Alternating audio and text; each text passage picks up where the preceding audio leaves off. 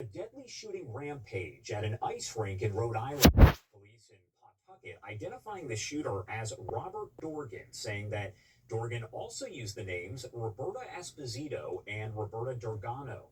Dorgan's ex-wife Rhonda Dorgan and adult son Aiden killed in the shooting. Three other people, Rhonda's parents and a family friend, police say were critically wounded. We, of course, are working to get an update on their conditions. Pawtucket police have praised a group of courageous citizens, they say, who rushed to intervene in the attack, which investigators say ended when the suspect died by suicide.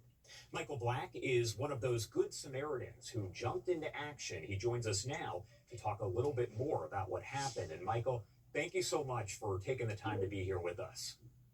Thank you very much, sir. And first off, I wanted to ask you if you can kind of walk us through how everything happened on that day. So we were going. It was on Monday, and basically it was supposed to be a festive occasion where the seniors celebrate with their parents. My wife and I were there celebrating with two friends and their son, supporting the day, and very good, wonderful day. Pictures, flowers, grandparents, all that. And in the first period, I remember looking up at the clock, and there was 10 minutes and 12 seconds, and then going back and watching the game. And in front of you, you heard pop, pop. And initially it sounded like, two large balloons. And as I kind of peered my head around the corner, I heard another pop. And all I saw was someone holding a gun, aiming it at the family in the second row. At that point, when I saw the gun, my wife was sitting next to me with some friends, and all I said was, go. Oh, no, excuse me. I said, run, run. And my wife got up and her friends started running. So as the people started, I stayed seated, and the people started running. There was a gap where I could see directly to the shooter. So I got on that fourth step and lunged and went, and my focus was the gun. It was the gun and trying to hit the shooter. And as I grabbed and reached, he was shooting. And at the time, I felt something hit my lip. And when I grabbed the gun, my hand got inserted in the shaft part of that, and it was stuck in there. And I was kind of on top of the shooter, inverted on the steps. And I put my hand down. He was trying to pull his trigger, but the gun wouldn't shoot because my hand was in it. I was able to release his hand from it. And I had the gun in my hand as I'm laying down. And the shooter took his hand, put it underneath my chest, and just picked me up, put me over his back. So I'm flat-footed. I'm trying to get back to my feet. I still have the gun. And when he stood up, as I looked up, there was some good Samaritans and my heroes. And Bob jumped in, tried to grab him and try to squeeze him to the back and put him in a headlock. And I saw him kind of lean to the left. And next thing you know, everything swung right. And as I stood up, I looked down, and the shooter's was in an inverted position, but looking directly up at me, and I was looking directly down. I was prepared to take my neck on my knee, and I was going to try to suppress him, and I'm still holding the gun. And he just put his left hand into his pocket and pulled out another gun, and I started going, there's another gun. And he took the gun and put it in his mouth and shot himself.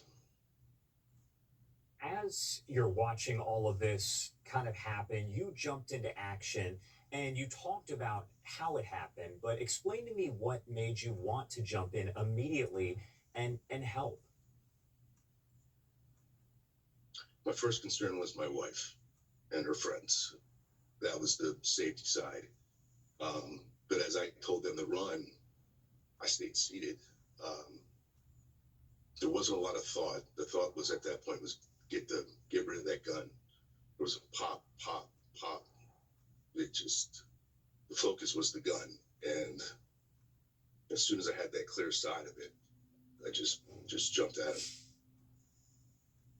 How did maybe some of previous training kind of help you to intervene? Can you talk a little bit about that? I've really had no formal training.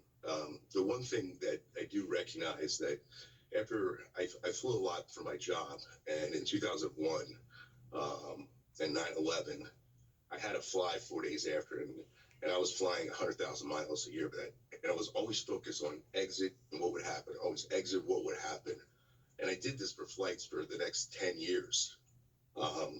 If something happened, but I didn't prepare myself for that moment, nor did I have any formal training. But I think that did play something in my mind in regards to my initial action. And so many people have referred to you as a hero for your actions. Of course, you were calling the other Good Samaritans who stepped in your heroes. How do you feel about being called a hero, as of course you are? You helped so many people there. I appreciate people saying that. I still don't feel like a hero. My heroes are my mom and my dad, my brothers and sister, who've supported me, countless efforts of my life. But I think it's a thoughtful, but I don't deserve the definition of hero. How have you been doing since all of this unfolded? It's only been several days, and I'm sure at this point you're still kind of processing everything. Explain to me how you're doing.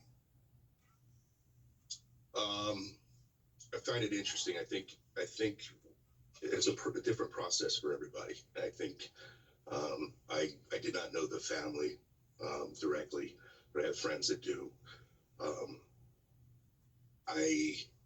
Initially, I think you could go numb, but I think part of the process was Monday night when I'm supposed to go on college visits with my son this week, and we're going down to the Carolinas in Florida.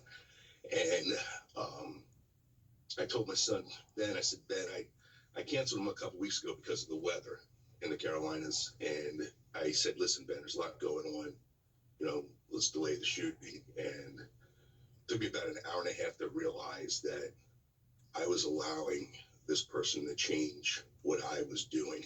I recognized that this is an honor for my son. They asked me to go through these college visits and for us to go through this process and assist him in his next step. And I decided that I was not going to allow this person to change my plans. I was not going to allow him to get in my mind. I wasn't going to give him space. And then that helped. I think that helped me tremendously. The process of the family, the grieving and things, I think you go through, there's a numbness and then there's some realization of it. I think everybody's lost sleep on this.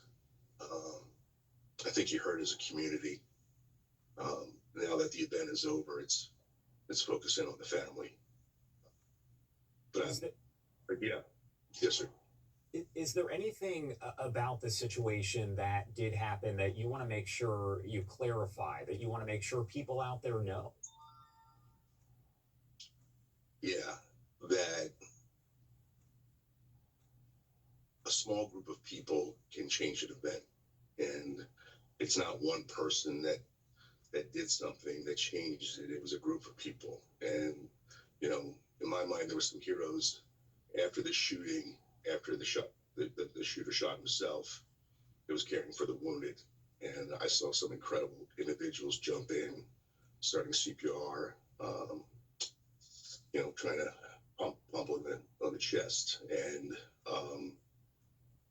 then I saw the police department come in. It was only a couple minutes first, the police and then the paramedics and then the SWAT team. And I was impressed with how they handled themselves and the professionalism of that. They took care of me, and I was fortunate that the Pawtucket Police Department, once they found out that I was involved in the shooting, they kind of isolated me. And I said, because when my wife ran out, she got to the parking lot, she turned around thinking I was going to be there, and I wasn't there. And then somebody told me that I was involved, and I asked to be able to see my wife after 15 or 20 minutes, and they were kind enough to escort me. And my wife came out and ran underneath the yellow barricade tape and had blood on my hand and blood on my arm. She asked whose blood that was, and I said that was mine. My hand got caught in the gun. She looked me straight in the eyes and said, "Honey, I'm very proud of you for what you did, but I'm very pissed off at you for putting yourself in that that position. Um, the paramedics that picked me up, took care of me, the nurse and the doctor at Miriam Hospital were outstanding in this process. You know, you go through this kind of stuff. You don't know. But there was an outpour of not just trying to, stitch up my hand with blood, but I really felt compassion on the other part of it, which I greatly, greatly appreciated. You are a hero. They are heroes. I know right now you say you don't feel like a hero, and I keep saying it, but you definitely saved countless lives there. Michael Black, thank you so much for taking the time to join us and to share a little bit more about what happened for folks out there. Is there anything that we missed? Anything that you want to make sure to add here before I let you go? Yeah, that I I I recognize that when you have an event like this, there's a tremendous amount of attention on it and things like that. I hope that our community continues to support this family um, in the process. It's kind of like you get the attention and then you kind of get forgotten. I'm hoping that as a community, this won't be forgotten.